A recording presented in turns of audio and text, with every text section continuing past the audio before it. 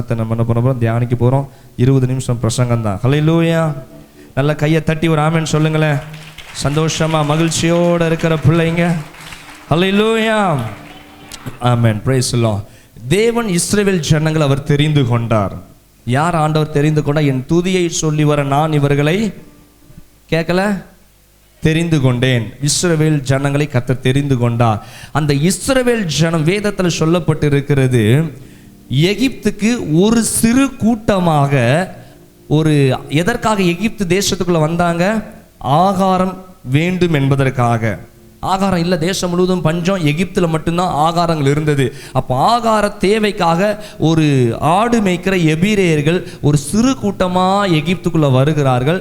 எகிப்துக்குள்ளே வந்த பிறகு யோசேப்பை வைத்து எபிரேயர்களுக்கு ஒரு ஆசீர்வாதம். கையை உயர்த்தி வராமன்னு சொல்லுங்க. தேவனுடைய பிள்ளை ஒரு மனுஷன்தான் எகிப்தில் இருக்கிறான். நல்லா கவனிக்கிறீங்களா? எகிப்தில் ஆயிரங்கள் லட்சங்கள் இருந்திருக்கும், ஆனால் தேவனை ஆராதிக்கிற ஒரே ஒரு மனுஷன் தான் எங்க இருக்கிறான்? எகிப்துக்குள்ள இருக்கிறாங்க. அந்த ஒரு மனுஷனை கொண்டு எபிரேயருடைய சந்ததி ஆசீர்வதிக்கப்பட்டது. உன் ஊருக்கு உன் குடும்பம் 4 பிள்ளைங்க இருக்கிறாங்க. சமத்துவபுரத்தில் இத்தனை பேர் இருக்கிறீங்க. ஒவ்வொரு கிராமத்தில் இத்தனை பேர் இருக்கிறீங்க. உங்களின் நிமித்தம் உங்க குடும்பமும் மற்றவர்களும் ஆசீர்வதிக்கப்படுவார்கள் என்று பலிபீடத்திலிருந்து தேவன் பேசுகிறார். எத்தனை பேர் இந்த 6 மாசத்துல கர்த்தர் அதை செய்வார்னு சொல்லி நம்பி கையை தட்டுறீங்க? அல்லேலூயா.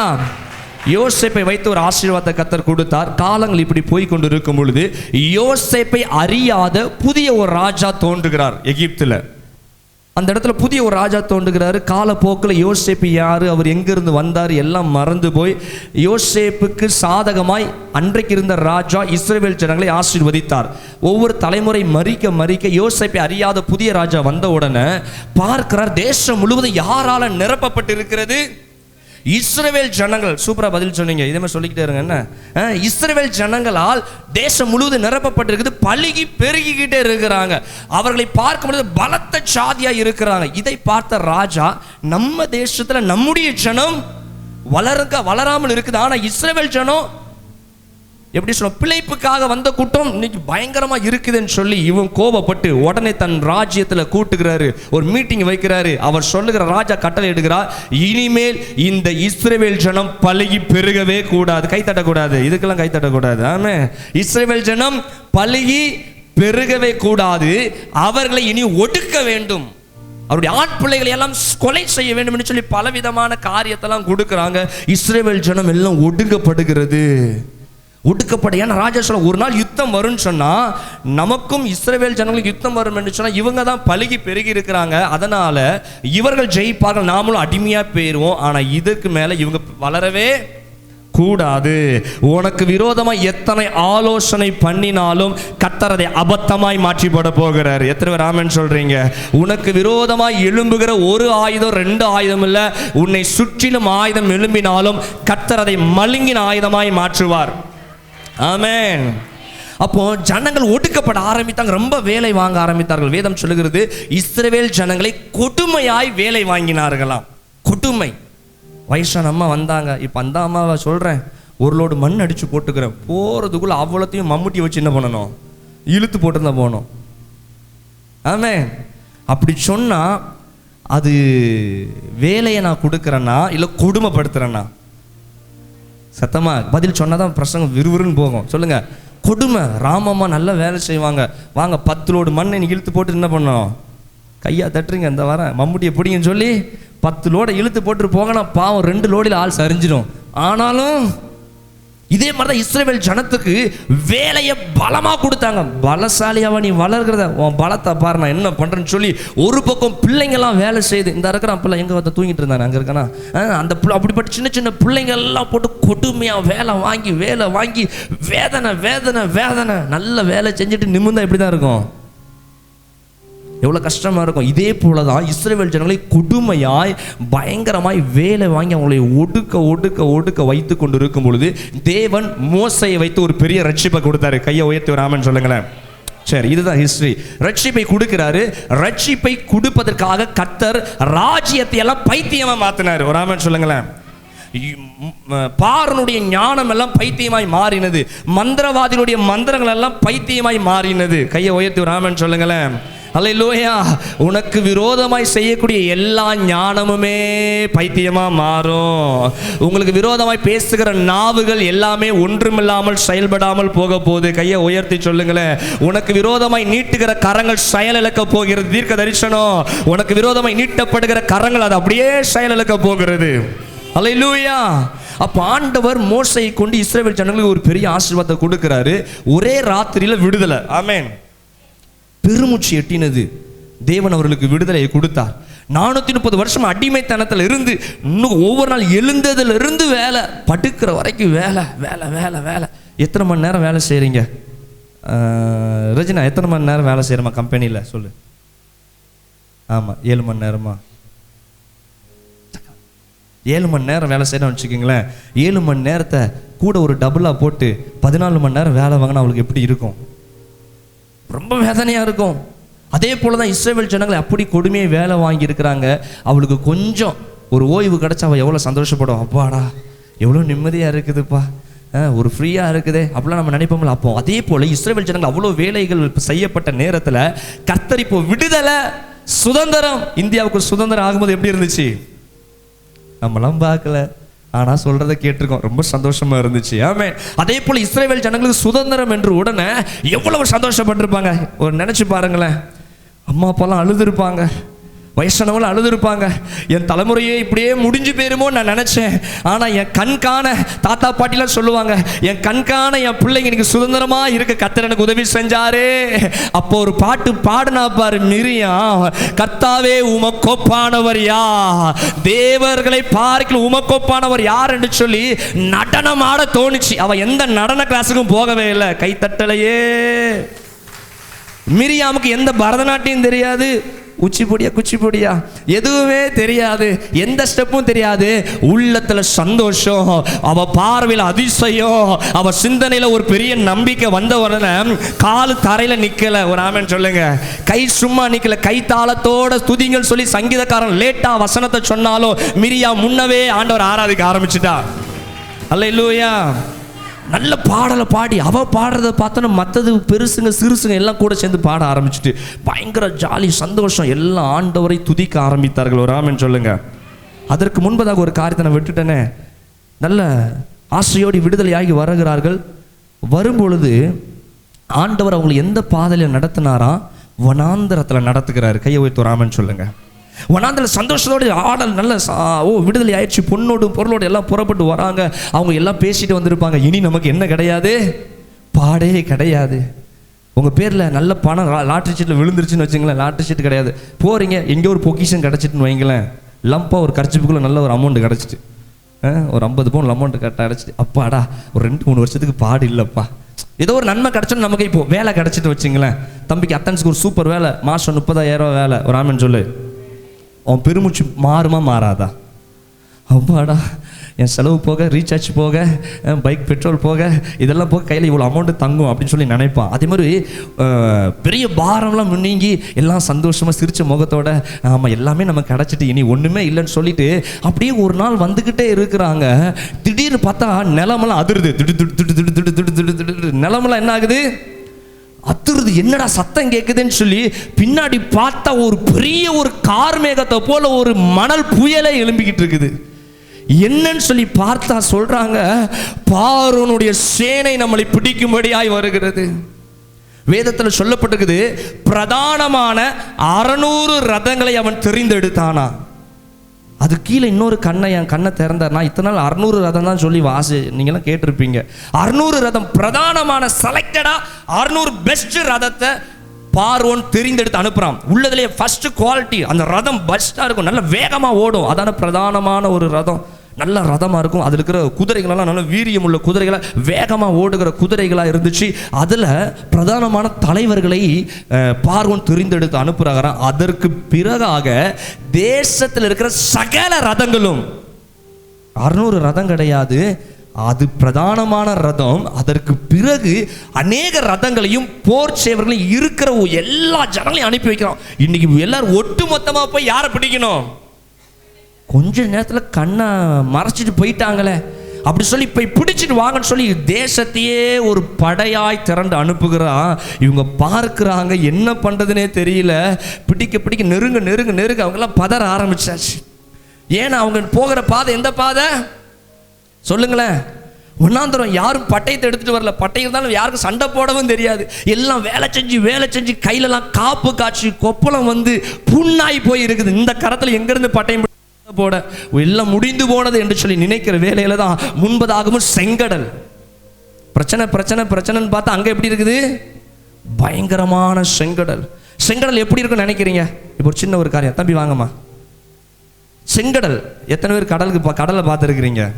கடல் வருது பாருங்க இப்போ. ஆமே, கடலை பார்க்காதவங்களாம் பார்த்துக்குங்க. ஒரு பெரிய சுனாமியை வரப்போகுது. கையை வைத்து ஒரு ஆமேன்னு சொல்லுங்களேன். அல்லேலூயா. ஆமாம், அங்கே பார்த்து இல்லை இப்படி நில்லுங்க. நான் சொன்ன மாதிரி சரியா?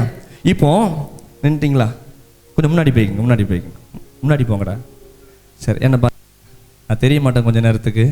இப்போ நான் தான் இஸ்ரவேல் வச்சுக்கோங்களேன். நான் தான் இஸ்ரவேல். இப்போ எனக்கு ஒரு கூட்டம் இருக்குது. அது எண்ணிக்கைக்கு அடங்காத ரதங்கள், பயங்கர திரளான ரதம்.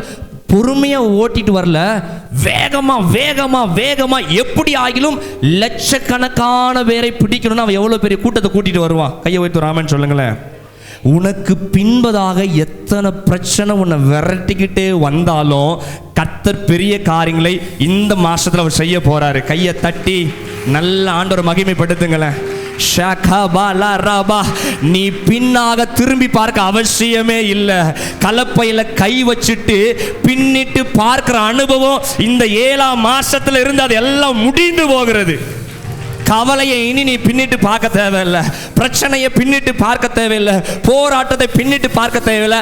பார்க்கிறவர் ஏற்கனவே பார்த்து கொண்டு இருக்கிறார். நல்ல கையை தட்டி, அவருக்கு பிரச்சனை இருக்குப்பா, போராட்டம் இருக்குப்பா, பாடு இருக்குப்பா நம்ம சொல்ல தேவையே இல்லை. உண்மை சொல்ற பிள்ளைங்க, அவர் எல்லாவற்றையும் அறிவான்.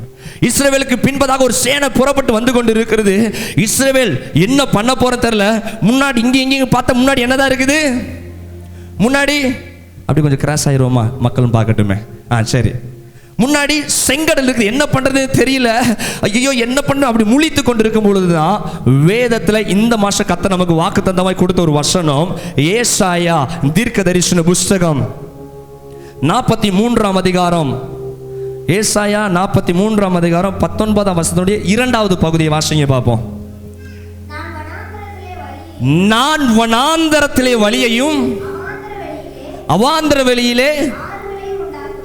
இப்ப நல்ல கையை தட்டி நல்ல எஸ், இப்ப கைகளை தட்டுகிற வேளையிலே வனாந்தரத்துல ஒரு வழி, அது எங்க இருந்து வரும் எப்படி வரும்னு தெரியல. ஆனா இந்த மாசம் உன்னுடைய வனாந்தரத்துல ஒரு வழியை கத்த தர போகிறார். Price the Lord.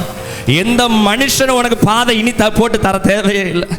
எவரும் உனக்கு ஆலோசனை தர தேவையில்லை. ஏன்னா அவரே வழியை உருவாக்க போறாரு. ஒரு ஆமென் சத்தமா சொல்லுங்க. அல்லேலூயா. இப்போ செங்கடல் அப்படி கிறிஸ்ம கையை அப்படி பண்ணுங்க பார்ப்போம். செங்கடல் பயங்கரமா கொந்தளிச்சிட்டு இருக்குது. பாக்குறீங்களா? கொந்தளிப்பு பாக்குறீங்களா? இது சுனாமியோட பெருசு. கொந்தளிச்சுக்கிட்டு இருக்குது. என்ன பண்றதுனே தெரியல. ஆனா ஆண்டவர் மோசேயை பார்த்து சொல்லுகிறார், மோசே நீ என்ன பார்த்துட்டு இருக்கிற?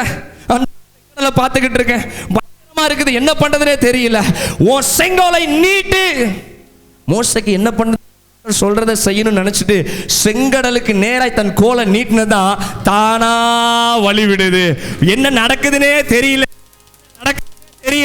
இஸ்ரவேல் ஜனம் ஆமென் மகிமையா என செங்கடலுக்கு நடுவாக கர்த்தர் திறந்த வாசலோடு எந்த தடையுமே இல்லை. எத்தனை லட்சமானாலும் பாதை பத்துச்சு, டிராபிக்கே இல்லை.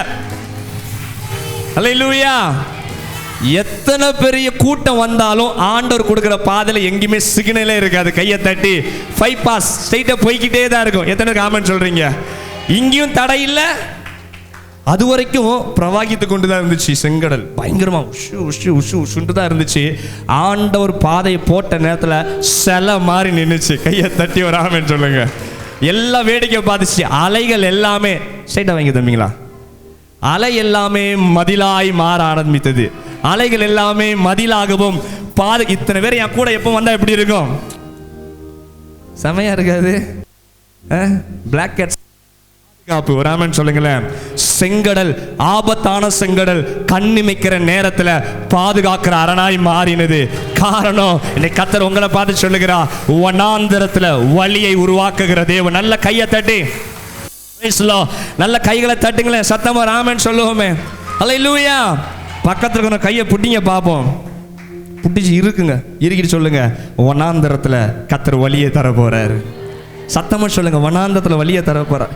இந்த 7ஆம் மாதம், இந்த ஜூலை உன் வனாந்தரம் வழி விடுகிற ஜூலையா இருக்க போகிறது. அல்லேலூயா.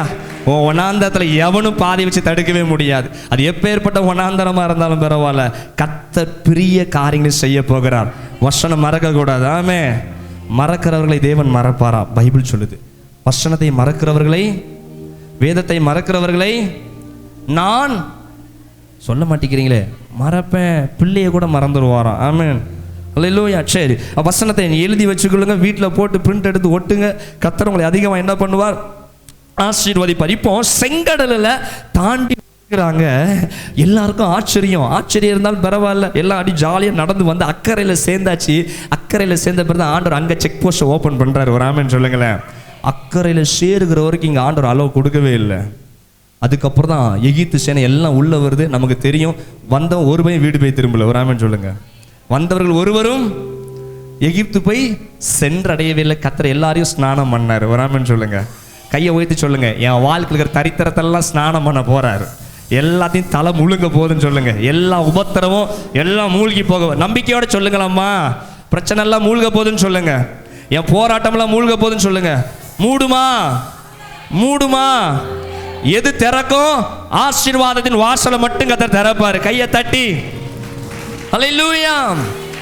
சரி, அடுத்தது ஆண்டவர் சந்தோஷமான ஆசீர்வாதத்தை கொடுத்தாரு. வனாந்தரத்தில் வழியை கொடுத்தாரு. இப்போ தான் மிரியம் பாடலை பாடி நடனம் ஆடுறாங்க. ஒரு ஆமென் சொல்லுங்களேன். அவன் சொல்ற வார்த்தைகளில் ஒரு வாசல பார்த்தேன். அவங்க சொல்றாங்க, ஆண்டவரே உமக்கு ஒப்பானவர் யார்? சமுத்திரத்தை பிளந்து போட்டீரே, ராஜாக்களை தள்ளினீரே என்று சொல்லி நல்ல வார்த்தைகளை சொல்லி பாடி ஆடி எல்லாம் சந்தோஷமா இருக்கும் பொழுது, அடுத்த நேரம் வாசித்தால் தெரியும், யாத்திராகமும் 15ஆம் அதிகாரத்தில் 14 அந்த அதிகாரத்துல ஆண்டவர் அற்புதத்தை செய்கிறாரு. அடுத்த அதிகாரத்துக்குள்ள போகிறதுக்கு முன்பதாகவே அவர்கள் 3 நாள் பிரயாண தூரம் வனாந்தரத்தில் போகிறார்கள். கவனிங்க எல்லாம் கவனிங்க. பைபிள் அப்புறமா பார்த்துக்கலாம். இப்போ அற்புதத்தை பெற்றாச்சு. வனாந்தரத்தில் வழியை கர்த்தர் காமிச்சிட்டாரு. இப்போ நடந்து போய்கிட்டே இருக்கிறாங்க. எல்லாரும் நாடோடியை போல் எல்லாரும் என்ன பண்ணுறாங்க? ஒரு லட்சக்கணக்கான துறல் கூட்டம் போய்கிட்டே இருக்குது. காலை, மதியம், மாலை, இரவு, பகல் என்று சொல்லி மறுபடியும் வந்து 3 நாள் ஆயிடுச்சு. வனாந்தரத்தில் என்ன இல்லை? தண்ணீரே இல்லை. எல்லாரும் அது வரைக்கும் அமைதியாக இருந்தாங்க. தண்ணின்னு சொல்லி 3 நாள் நடந்து பார்த்து தண்ணி இல்லாமல் தூரத்தில் பார்க்குறாங்க. அந்த இடத்துல தண்ணீர் இருக்கிற ஒரு குட்டையை பார்க்கிறார்கள். தண்ணீர் இருக்கிற ஒரு பெரிய இடத்த ஓடி போய் லட்சக்கணக்கான ஜனங்கள் தண்ணீரை பருக ஆரம்பிக்கும் போது அது எப்படி இருந்துச்சா? கசப்பா இருந்துச்சு. தண்ணீர் மிகுந்த கசப்பு. அந்த இடம் மாறா என்று பெயர் சொல்லப்படுகிறது. மாறா என்று சொன்னால் அந்த இடத்து அர்த்தம் கசப்பு என்று அர்த்தமா? அப்ப தண்ணீர் கசப்பா இருந்துச்சுன்னு எல்லாரும் பூ அப்படின்னு சொல்லி துப்ப ஆரம்பிச்சாங்க. உடனே எல்லா வேதம் சொல்லப்பட்டிருக்கிறது, குடித்த ஜனங்கள் ஒரு சில கூட்டம் எல்லாம் என்ன பண்ண ஆரம்பிச்சாங்களாம்? முறுமுறுக்க ஆரம்பிச்சாங்க. முறுமுறுப்புனா என்ன தண்ணி இப்படி இருக்குச்சு, நல்லாவே இல்லை, இது பிடிக்கவே இல்லை, ஆண்டவர் எங்களை இப்படி நடத்திட்டாரு, நாங்க தண்ணி இல்லாம சாகுவதற்காகவா இந்த வனாந்தரத்துல கர்த்தரை கொண்டு வந்தாருன்னு சொல்லி வார்த்தையை போட்டுட்டாங்க. பெரியவங்களாம் சொல்லுவாங்களே, வார்த்தையை விட்டுறாத. இங்க லட்சக்கணக்கான மக்கள் எதை விட்டுக்கிட்டு இருக்காங்க? வார்த்தையை பொழுது எப்படி துதி பலியை ஏறெடுத்தார்களோ அதே போல இந்த முறுமுறுப்பு, இந்த வார்த்தைகள் எல்லா ஜனங்களும் என்ன பண்றாங்க? எங்களை இந்த வனாந்தர சாகிறதுக்காக கொண்டு வந்தீங்க. கர்த்தர் பார்த்து செஞ்சாரு. ஆண்டவர் இஸ்ரவேல் ஜனத்துக்கு பார்த்து செஞ்சாரு ஐயா.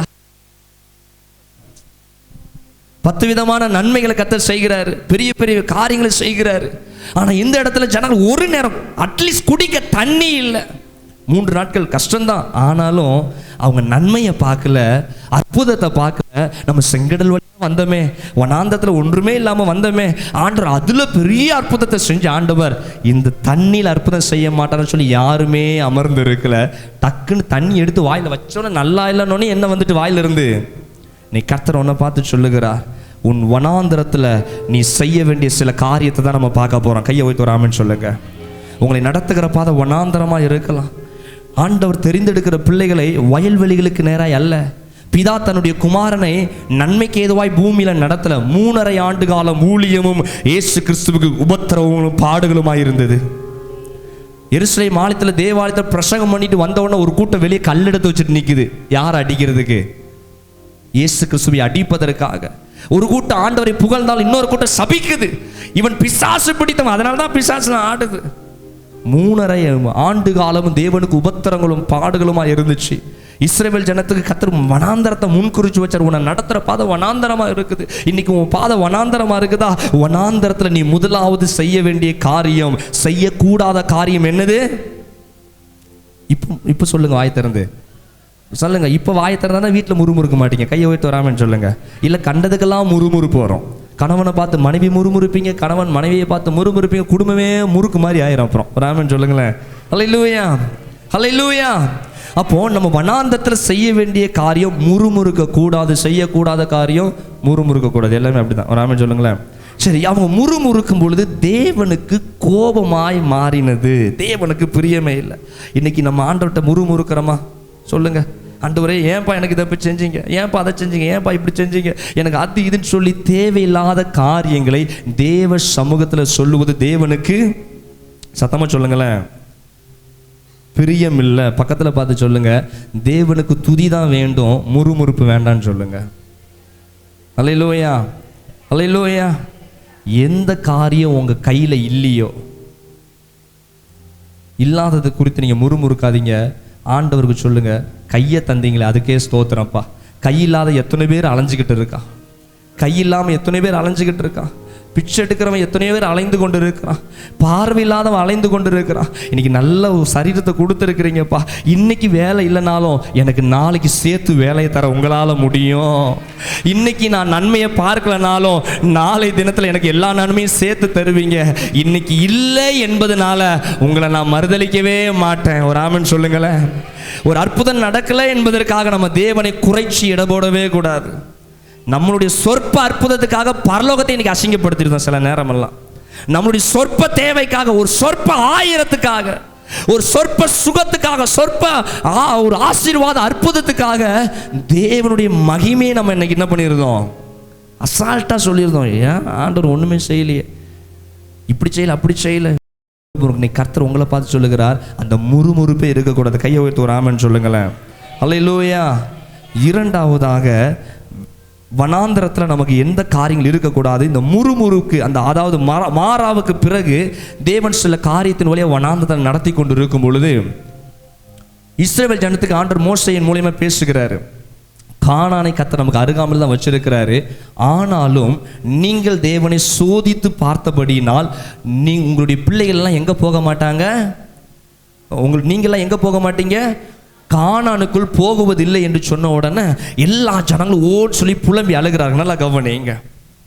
வேவு பார்த்துட்டு வந்தாச்சு. கானான 40 பேர் என்ன பண்ணுறாங்க? எல்லாம் 12 பேர் 40 நாட்கள் வேவு பார்த்து விட்டு எல்லாம் வந்துட்டு சொல்கிறாங்க, வெட்டுக்கிளியை போல் நம்ம இருக்கிறோம், அவங்களாம் ராட்சதர்களை போல் இருக்கிறாங்க, நம்மளால ஒன்றுமே பண்ண முடியாது, எல்லாம் இப்படிலாம் சொல்லி எடுத்து ஒரே முறுமுறுப்பு அழுகையும் புலம்பலுமாக தான் இருக்குது. பாளையம் முழுவதும் எப்படி இருக்குது? ஒரே அழுகையும் புலம்பலுமாக இருந்தோன்னு கர்த்தர் சொல்கிறார், இப்படிப்பட்ட ஒருத்தன் கூட எங்கே போய் சேர மாட்டான், கானானுக்குள்ளே போய் சேர மாட்டான். அப்போ ஆண்டவர்கிட்ட எல்லாரும் மன்னிப்பு கேட்குறாங்க. ஆண்டவரே, நாங்கள் தெரியாமல் பேசிட்டு எங்களை மன்னிச்சிருங்கப்பா அப்படின்னு சொல்லிட்டு அடுத்த நேரம் ஒரு கூட்டம் என்ன பண்ணுது? அண்ணாந்து பார்த்தா ஒரு மலைக்கு பின்ன என்ன இருக்குது? கானான். உடனே எல்லாம் சொல்றாங்க, இதோ நாங்கள் கானானுக்கு நேராய் நாங்கள் போகிறோம். ஏன்னா ஆண்டவர் சொல்லிட்டாரு, நீங்களும் யாரும் எங்கே போய் சேர மாட்டீங்க, கானானுக்குள்ள போக மாட்டேன்னு சொன்ன இந்த மக்களுக்கு என்ன நினைச்சாங்களோ தெரியல. இந்த பக்கத்துல தானே இருக்குது, ஏன் நம்மளால போக முடியாது? இந்த வனாந்தரத்தில் எத்தனை நாள் சுத்திக்கிட்டு இருப்போம்னு சொல்லி நேராக கானானுக்கு நேராய் தன் பிரயாணத்தை வனாந்தரத்திலிருந்து தானாகவே பாதையை போட்டு விட்டு அவங்க அந்த பாதையில் ஒரு கூட்டம் போக ஆரம்பிச்சது. எத்தனை கவனிக்கிறீங்க? கர்த்தர் முன் குறிச்சது வனாந்தரம். உனக்கு வனாந்தரம் தான், ஆனால் அந்த வனாந்தரம் வேண்டான்னு சொல்லி இவங்களாகவே ஒரு பாதை, புதுசாக ஒரு பாதையை போட்டு ஆண்டவர் சுத்த விட்டுருக்காரு. இவங்க பக்கத்தில் இருக்கிற கானான் இங்கே தான் இருக்குது. இதுதான் கானான் வச்சுக்கோங்களேன், இதுதான் கானான் இவ்வளோ தூரம் இஸ்ரவேல் ஜனங்க இங்கே இருக்கிறாங்க, கானான் இவ்வளோ தூரத்தில் தான் இருக்குது. ஆனால் கர்த்தர் சுத்த விடுற பாதை எப்படி இருக்குது? அப்படிலாம் சுத்த விடுறாரு. அப்போ மக்கள் பார்க்குறாங்க, கர்த்தர் வச்சுக்கிற வனாந்தரத்துக்கு நான் போகணுமா, என் கண்ணு முன்னாடி இருக்கிற கானானுக்கு நான் போகணுமா?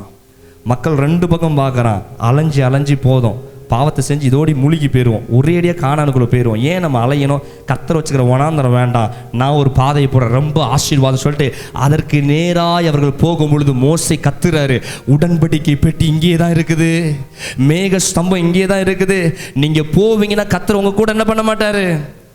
இருக்கவே மாட்டார். ஆனால் இதை காது கொடுத்து யார் கேட்கல? சில நேரம் சில கஷ்டத்தின் வழியாகி போகும்பொழுது கர்த்தர் பேசுவார், வனாந்தரத்தில் போகும்பொழுது கர்த்தர் பேசுவார். ஆனால் அது நமக்கு என்ன ஆகாது?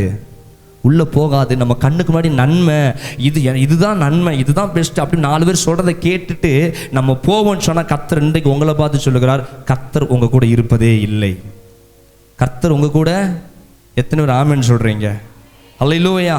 இவர்கள் போகின அடுத்த நேரத்திலேயே அமலேயர்கள் இறங்கி வந்து அதில் சொல்லப்பட்டிருக்கிற ஒரு தேசத்தின் பெயர் உண்டு, அந்த தேசம் வரைக்கும் போனவர்கள் எல்லாம் கொலை செய்கிறார்கள். ஒருவர் கூட உயிர் பிழையாதபடி எல்லாரும் மரித்து போகிறார்கள். அப்போ உன்னுடைய வனாந்தரத்தில் நாம் 2வது செய்ய வேண்டிய காரியம், தேவன் நமக்கு வச்சிருக்கிற வனாந்தரமே இருந்தாலும் காத்து இருக்கணும். கையை உயர்த்து ராமன் சொல்லுங்க. அல்லேலூயா. நமக்கு நல்லது தான் முன்னாடி இருக்கும். மற்றவங்களாம் சொல்லுவாங்க, ஏன் இதை நீ செய்யக்கூடாது, ஏன் இப்படி பண்ணக்கூடாது, இது நல்லா தானே இருக்குது, இந்த வாய்ப்பை தேடி நீ போக வேண்டியதானே, இதெல்லாம் நீ செய்ய வேண்டியதானே. ஆனாலும் கர்த்தர் உங்களுக்கு என்ன பாதை வச்சிருக்கிறார்? கர்த்தர் உங்களுக்கு என்ன வச்சிருக்கிற வனாந்தரம்? சந்தோஷமா இருங்க. என்றாவது ஒரு நாள் உன் வனாந்தரம் வயல்வெளியாய் மாறும். ஆனால் நம்மளாக ஒரு புதிய பாதையை போட்டு அவசரப்பட்டுட்டு போகிறதுனால அது ஆசீர்வாதமாகவே இருந்தாலும் கர்த்தர் நம்ம கூட இல்லாமல் இருப்பார் என்று சொன்னால் ஆசீர்வாதம் கூட ஒன்றுமே இல்லாமல் ஆயிரும். பக்கத்தில் தட்டி சொல்லுங்க, வனாந்தரத்தில் காத்திருக்கணும்னு சொல்லுங்க.